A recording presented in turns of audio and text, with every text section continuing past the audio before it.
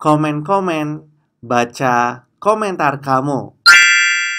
Ada komentar dari Kak Yustria 9652, Bang, coba bahasa Indonesia.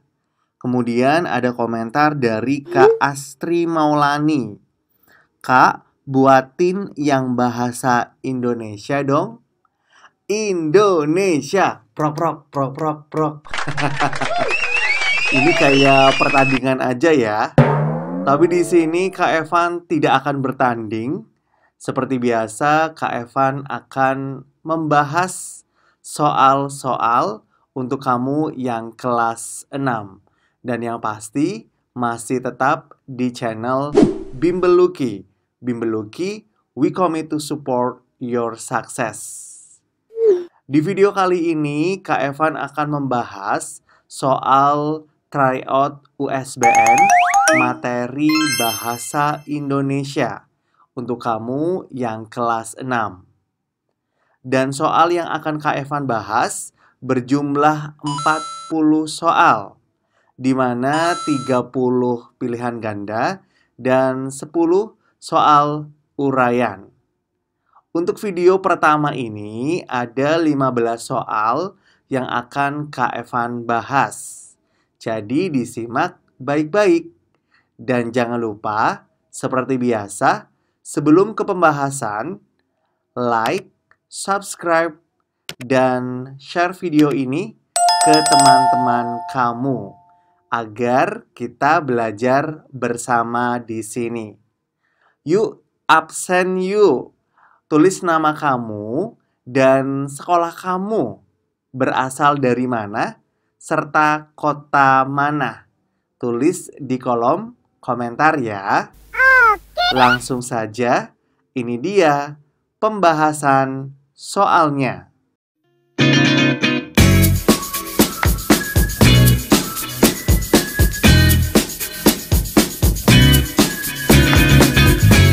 Soal nomor 1.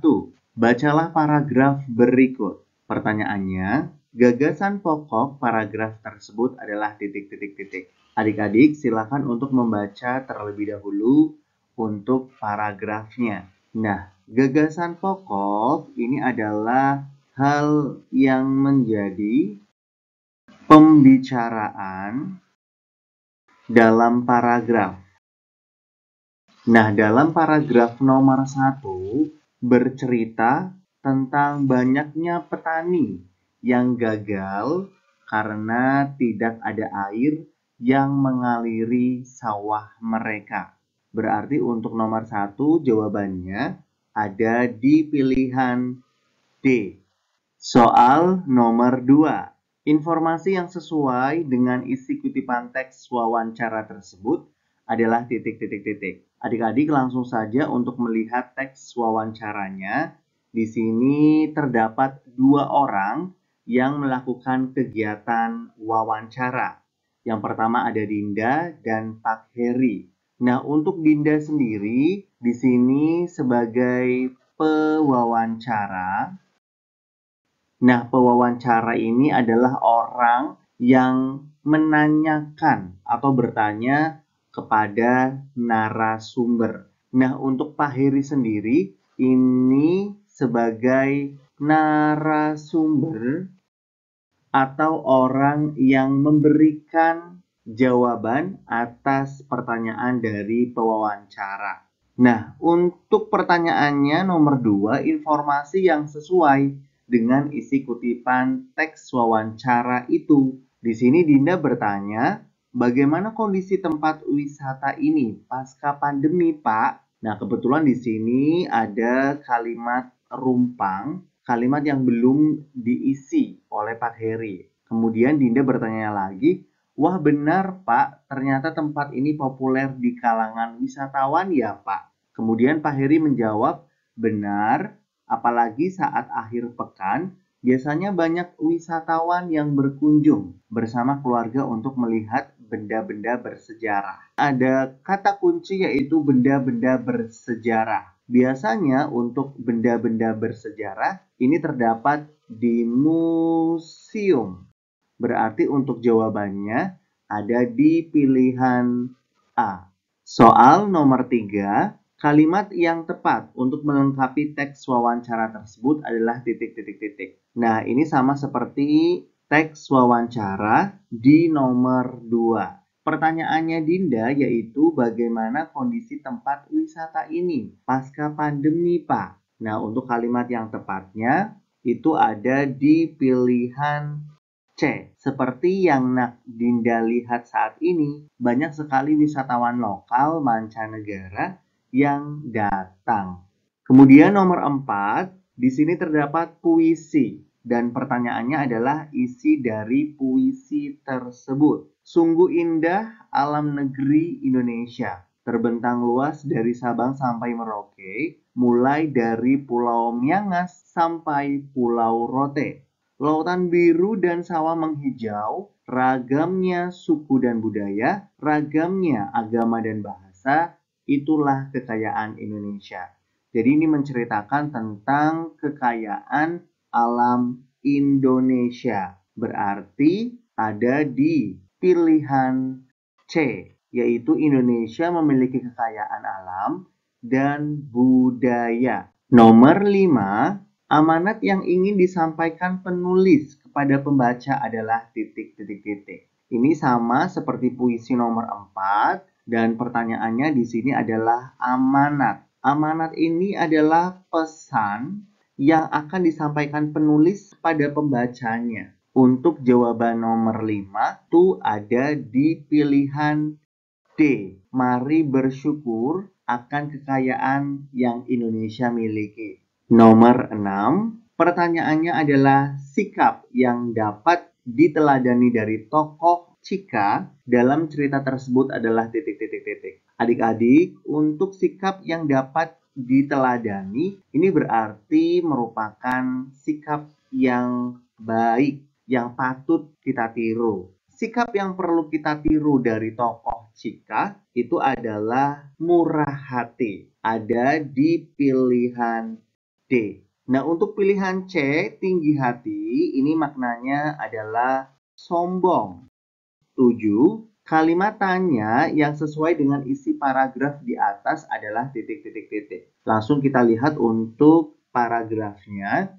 Ini proses pertama dalam pembuatan mie ongklok adalah merebus mie dan sayuran. Setelah matang, mie dan sayur ditiriskan menggunakan sebuah wadah. Proses penirisan ini dilakukan dengan cara menggoyangkannya sehingga menimbulkan bunyi ongklok-ongklok. Konon, dari sinilah asal-usul nama mie ongklok. Nah, kalimat tanya yang sesuai dengan isi paragraf tersebut itu ada di pilihan C, yaitu apa saja yang harus dilakukan untuk membuat mie ongklok. Ini kalau jawabannya itu ada di kalimat pertama, yaitu merebus mie dan sayuran. Kemudian soal nomor 8. Kalimat tanya yang sesuai dengan informasi kalimat nomor 2 adalah titik-titik-titik. Berarti kita langsung untuk membaca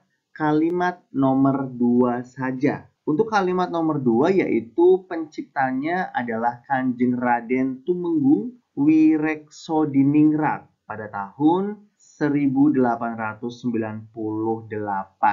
Nah, untuk kalimat 2 ini menyatakan orang atau subjek, di mana untuk orang dan subjeknya adalah Kanjeng Raden Tumenggung Wireksodiningrat. Berarti jika kalimat tanyanya ini menggunakan siapa? Jawabannya ada di pilihan D, yaitu siapa pencipta dari drama Ketoprak. Nomor 9, kalimat tanya yang sesuai dengan informasi kalimat nomor 4 adalah titik-titik-titik. Nah, kita langsung saja untuk membaca kalimat nomor 4. Untuk kalimatnya adalah kejadian tersebut diduga terjadi karena sang supir truk tidak dapat mengendalikan laju truk yang begitu cepat sehingga menabrak mobil sedan di depannya. Berarti pada kalimat nomor 4 menyatakan penyebab dari kecelakaan yang terjadi pada teks tersebut. Untuk menyatakan penyebab, kalimat tanyanya adalah mengapa. Jawabannya ada di pilihan D. Mengapa truk tersebut menabrak mobil sedan di depannya? Nomor 10. Pertanyaannya adalah simpulan dari teks tersebut. Nah, adik-adik, untuk kita mengetahui simpulan dari teks, kita harus membacanya terlebih dahulu. Silakan untuk adik-adik membaca teks tersebut. Nah, untuk simpulannya pada nomor 10 itu ada di pilihan B, yaitu energi matahari sangat berperan penting sebagai sumber energi alternatif penghasil listrik. Soal nomor 11. Perhatikan gambar iklan berikut. Kalimat yang tepat untuk gambar iklan di atas adalah titik-titik-titik. Silakan adik-adik untuk kita melihat gambarnya. Di sini terdapat gambar bumi yang sudah rusak ya akibat kegiatan dari manusia. Nah, untuk iklan sendiri ini biasanya menggunakan kalimat persuasif. Nah, kalimat persuasif itu apa? Kalimat persuasif itu adalah kalimat yang mengajak. Biasanya itu memakai kata ayo dan mari. Untuk jawaban nomor 11 ada di pilihan C. Hentikan pencemaran lingkungan demi kelestarian bumi. Nomor 12. Pesan yang terkandung dalam pantun di atas adalah titik-titik-titik. Di atas daun ada ulat. Cakep. Bukan gitu ya. Ini adalah pantunnya. Adik-adik, sebelum Kak Evan menjawab soal ini, untuk pesan itu terdapat di baris ketiga dan keempat. Ini merupakan isi dari pantun. Kemudian untuk baris 1 dan 2, ini adalah sampiran. Nah, untuk isi dari pantun tersebut, ayo latihan pencaksilat agar bisa menjaga diri. Itu ajakan untuk berlatih pencaksilat agar bisa menjaga diri sendiri. 12 jawabannya ada di pilihan D. Nomor 14. Penulisan nama hari dan tanggal yang tepat untuk melengkapi bagian yang rumpang adalah titik-titik-titik. Adik-adik bisa kita lihat untuk gambarnya. Di sini terdapat formulir pendaftaran STAN, Bazar Ceria. Nah, pertanyaannya adalah penulisan nama hari dan tanggal. Ingat ya adik-adik, untuk penulisan hari dan tanggal ini dimulai dengan huruf kapital. Nah, untuk penulisan yang tepat itu ada di pilihan D, yaitu minggu. M-nya di sini menggunakan huruf kapital. 2 Oktober, O-nya di sini juga menggunakan huruf kapital karena ini merupakan nama dari bulan dalam kalender. Nomor 15. Perbaikan ejaan yang salah pada kutipan surat undangan di atas adalah titik-titik-titik. Nah, adik-adik, ini untuk gambarnya masih sama dengan soal nomor 14, di mana ini adalah formulir pendaftaran STAN Bazar Ceria. Nah, untuk perbaikan ejaan yang salah pada kutipan surat undangan ini, yaitu ada di pilihan C. Dimohon menjadi dimohon. D-nya ini harus digabung, bukan dipisah.